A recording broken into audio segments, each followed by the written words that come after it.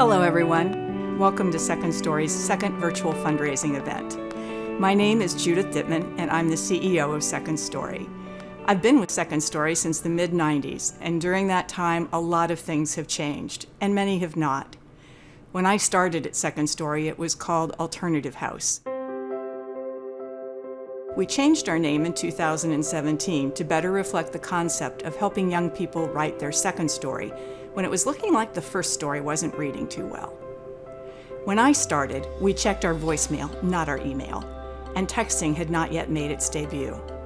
Thank heavens that technology did come roaring into our lives, because helping young people during this past year and a half of COVID was made easier and safer because of it. Another change we've seen in the past year and a half has been the increased focus on equity, inclusion, and injustice. This is one of the things that hasn't changed at Second Story. Throughout the years that I've had the honor to work here, we've always focused on helping young people who are in crisis. Youth experiencing homelessness, young parents struggling to get by, children living in poverty. Young people who suffered abuse from those who they should be able to trust. Youth struggling with mental health issues. These things disproportionately affect young people of color. They did when I started at Second Story 26 years ago, and they still do today. I sit on 3 policy advisory committees, working with others at the national, state, and local levels to try to reform the systems and practices that hold young people back. We must all work together if we're going to make that equitable community in which young people can dream their dreams and make it real. Dreams of graduating from high school, attending college, becoming a lawyer, a parent, a firefighter, a respected member of the community. You'll be hearing from some of those young people in just a minute, hearing their dreams, their challenges, and their successes.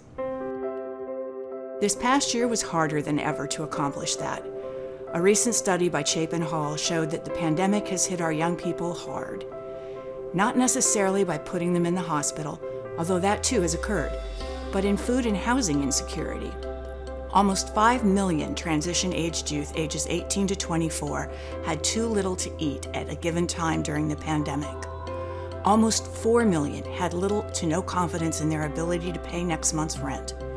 These experiences were felt more than twice as often by youth of color as compared to their white peers. More than half of the transition-age youth reported symptoms of anxiety or depression. Over the past 18 months, we have seen these very things mirrored in our youth in our programs, and we work to make our community a more equitable place for them to grow to adulthood. We were able to distribute food, help with rent payments, and increase the amount of counseling we provide to keep those young people safe. But now we've got to help them move forward, and to do that, we need funding sufficient to fulfill our mission. We're in the 3rd year of our Together We Do More campaign, where we pledged to raise $1.3 million each year. We were successful in years 1 and 2, and we can't scale back now. The vulnerable children and youth in our community need our help more than ever. And while we've accomplished a lot, there's much more to do. We need to be able to create a safe place for young people living in poverty to get the help they need to do well in school. Tutors, technology, counseling. We need to be able to help young people experiencing homelessness afford to enroll in that vocational program, GED course, or community college, so that they can follow their dream to a career that offers a sustainable future. Our young single parents have an additional challenge. They need quality daycare for their infants and toddlers so that they too can increase their skills. Our young mothers have a special fear that the cycle of poverty many of them were born into will also grab their children. The good news is our programs are successful in helping them break that cycle. Now please join me in meeting them and hearing their stories.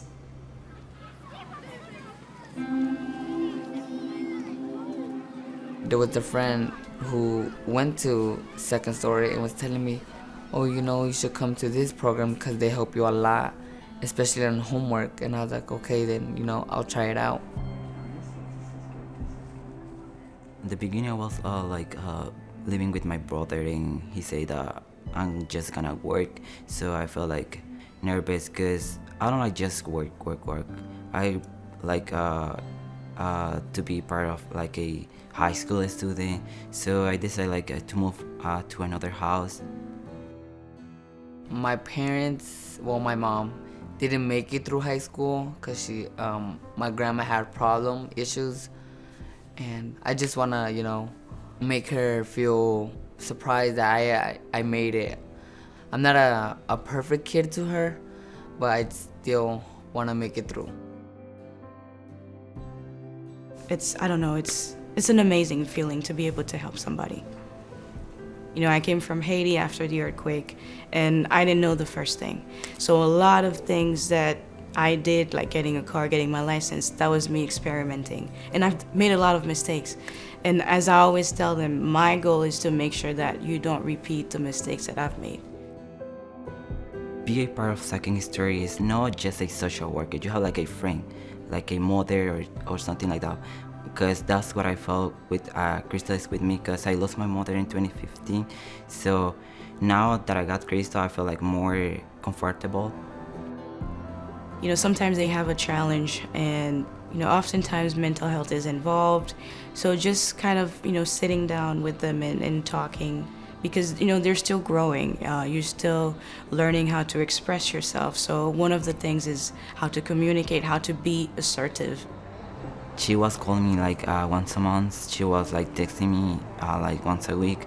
But for me it was like good, because I felt that she really cared about me. Wilmer stays very shy, very quiet, but also very smart. He knows what he wants. He's a go-getter. His grades are in school beautiful. He's the manager at his job. He quit because he was not getting paid enough. So he found better opportunity elsewhere, and he went. And about a month later or so, they called him back and say, hey, we would like to offer you the manager position. So, and I would say you don't offer that to just anybody, to call him back. So it just shows you kind of the type of employee that he was. I do feel proud of myself. I graduated from high school. I got the position of manager at the restaurant, and I traveled much. I went to Los Angeles, I went to Florida. So now I feel good about myself. And I think my mom, that she's in the sky, she felt proud of me also. People at Second Story make me feel safe when I have to talk about, personal things. The community where I live is not very safe, and Second Story is a place where you can be safe. When I can, I go every day. I'm the vice president of the youth council, where they give you an opportunity to have a job and organize stuff. I saw like a couple friends working there, and they're like, oh, it's fun to help other people, help, the teachers. And I was like, oh, I want to try it out. So I asked Ms. Deshawn, and then she said I had an opportunity. One thing that I could say that Second Story has really helped with is the graduation rate, because I have to say most of the seniors, not most, all of the seniors that have joined the program have been able to graduate. Because when you think about it, what if they weren't in contact with us? What if we weren't in the picture? Would they have been able to keep up with paying rent, taking care of themselves, and going to school full time? Because when it gets to that point where social workers contact us, it's usually at the point where they're missing school because they're working so much or they're working so late that they can't wake up in the morning to catch the bus or to walk to school. I was failing, and they told me that if I didn't, get my grades up, I was gonna repeat the grade. So if Second Story wasn't around, I probably would have repeat the grade. Thanks God that, they're around, did not repeat the grade. After I met Krista, I feel like more confident, because with her help, I feel like there is somebody helping me, so I don't feel like alone anymore. So I think be a part of Second Story is an incredible thing. Run! Run, children, run! Don't let them take you away. These were the words that my mother spoke to me and my siblings as we ran through the streets of Arlington on our way home from school that day. She screamed these things to us as Child Protective Services and police were closing in, blocking all streets. So I was 7 years old in 3rd grade, and that moment could have defined who I would become, but it didn't, because there were other moments of happiness, moments of normalcy. We had presents, we had food on the table, and all of that was through organizations like Second Story that, through generous donations and kindness of community members, provided for our family and provided those moments of hope and thoughts that there could be something better out there for us. When I first heard of Second Story, I was immediately sold on their mission. They provided community, support, counseling, as well as after school and housing, and I was just in. I think the first initiative that I participated in was a drive to collect toys for foster children. And that couldn't have hit home any better with me, because it just conjured up so many memories of, opening presents on Christmas Day, where otherwise we didn't have, toys or things at home. So I knew in that moment that I was going to commit to Second Story and get as involved as I could. The impact is so much further reaching that you're not just providing a gift, you're not just providing food or even money to somebody that might need cold hard cash that day. You're providing hope. You're providing a promise for a better tomorrow. And you're putting a belief in that person that they're worth the help and that they're worth more than what they're currently experiencing. So your donation, your time, your energy might be providing somebody with a lifeline to get them out of a troublesome situation.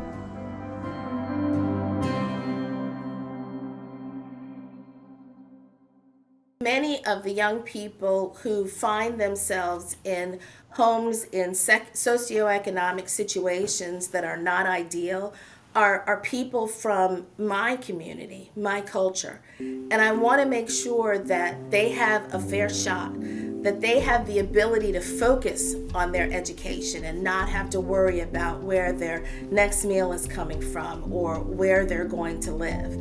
I want them to be able to focus on writing their own story, on making sure that their dreams come true, and not as young people having to worry about the things that we should be doing as adults in this community.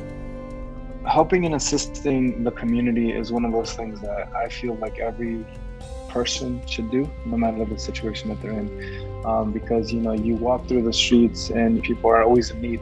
So the great thing about Second Story is they always have their doors open, they always have their arms open to let people in. And I think that aligns with me as well, because I would give the shirt off my back to a person that needs it, or the shoes off my feet. And even the shirt off of your back means a lot to them, or even the snack packs that we give out. When I was unloading today, the van, some families were crossing by and they had a lot of children. And once we gave them a snack pack, they lit up. So even that just small light up makes up, it made up my day. I know it made Kim's day because she was talking about it when we were dropping off the van. But just that little spark of joy that they have for one mere second is what I believe Second Story stands for. Making the people that we can reach their lives a little bit better. In a 2017 study from Chapin Hall at the University of Chicago, they reported that 1 in 10 young adults will experience homelessness over the course of a year.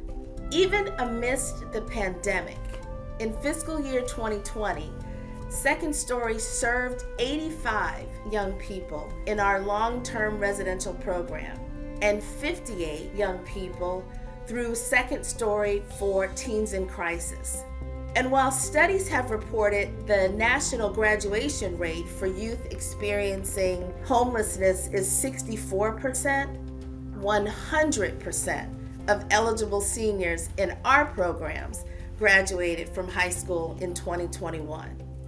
Second Story is so important because it is so many things that young people who find themselves at a crossroads or a turning point may need in order for them to be able to write their second story. I actually knew Second Story when it was named Alternative House. So I had some interaction with them with some fundraising events. That was my background as well.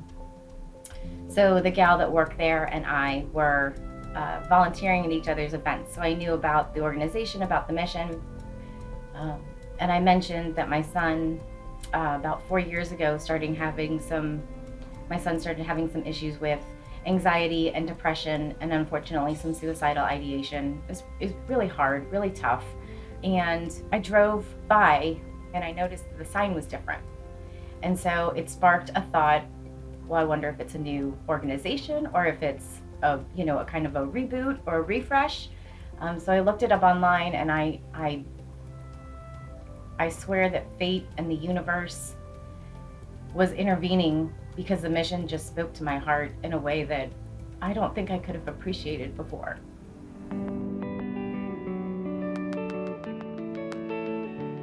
He was in crisis and needed a safe place to go where he felt like he had more therapeutic support and then also more people around him. When we went through the admission process, the intake process, I myself was able to meet with quite a few of the staff members there, and they were all very warm and understanding and comforting at a time when it was quite stressful and uncertain.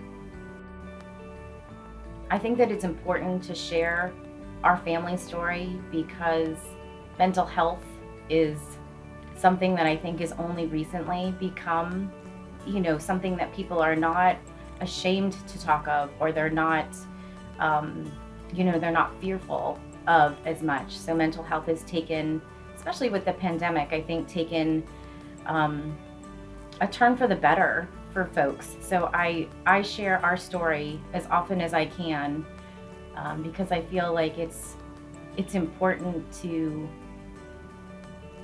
give other people hope that it's manageable, that you can come out on the other side and feel better. There are things that you can learn along the way, that it's not shameful.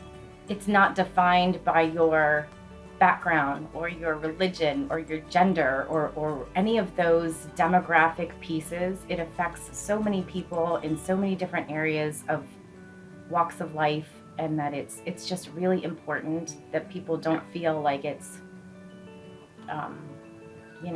something to shy away from. We all have been made so aware recently that there is no health without mental health. Second Story has been on the forefront of ensuring access to counseling and therapy for our young people. It's so important for people to donate because their donations help support the mission, and it helps support the services and make sure that all of those services are available to the next youth and the next family. It starts with you. Every single person is essential in supporting the young people in our community. You can give using the link in the video description or by texting 50155 with the keyword BOH21. If you want to partner with Second Story in making a long-term commitment, please consider joining the Beacon of Hope Society. With a pledge of $1,000 or more each year for 5 years, you will help Second Story plan for the future and ensure the organization's financial sustainability. $1,000 a year breaks down to $83.34 per month, and you can choose your giving preference on the donation page. Knowing that there's a safe haven, knowing that there's a place for you to turn to in those crisis moments is so important.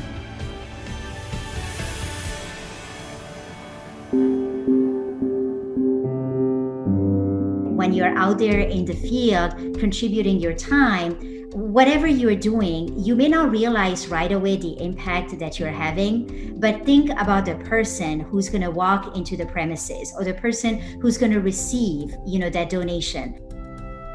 We were initially just volunteering, but then we started to financially provide and give as well. The reason we continue to every year is because we actually see the results. We see how the community is being impacted. We see how individuals' lives are changing. There are remarkable stories of lives being changed. Second Story meeting kids where they are and providing them with exactly what they need at the time. I think the mission of Second Story in supporting youths or young moms or just those in need in the community resonates with me personally, just because I have loved ones who have needs that I've seen people come around them and support them, and to be able to do that for someone else is a really big blessing in my life, and I'm always grateful for the opportunity to come alongside organizations like Second Story who are doing such an excellent job of that. Whether it's making breakfast, playing games with them, just cleaning up the place where they live, the interior, the exterior, just being a blessing to them in that way, just really does my heart proud, and just something that I really feel called to do, and just really help and serve in those ways. Because we live here. We build in this community where we're helping to develop this community, and we're providing spaces where people can live and work and play and enjoy their lives, and we want that for everybody. You couldn't ask for a better organization to support than Second Story. We know, because we've dealt with you guys for a number of years, how much work you do for so many groups of people who have so many various issues, and it's just a pleasure for us to do what we do that helps you to do what you do. And you really make a difference. So there's a real return on investment there. It's an investment, as some of the others have said, there's an investment in this community. If everybody's doing well, then we have a wonderful community. We're all the authors of our own books, and Second Story is helping some of these people to rewrite their own stories. And, it's nice to know that you can wake up every day and have the option to participate in programs like that.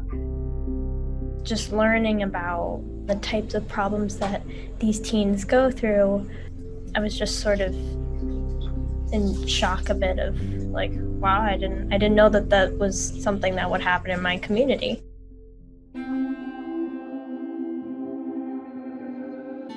I have been with Second Story for 26 years, and over that time, we've grown from an organization that had a budget of about $1 million to one that has a budget of $4.5 million this year.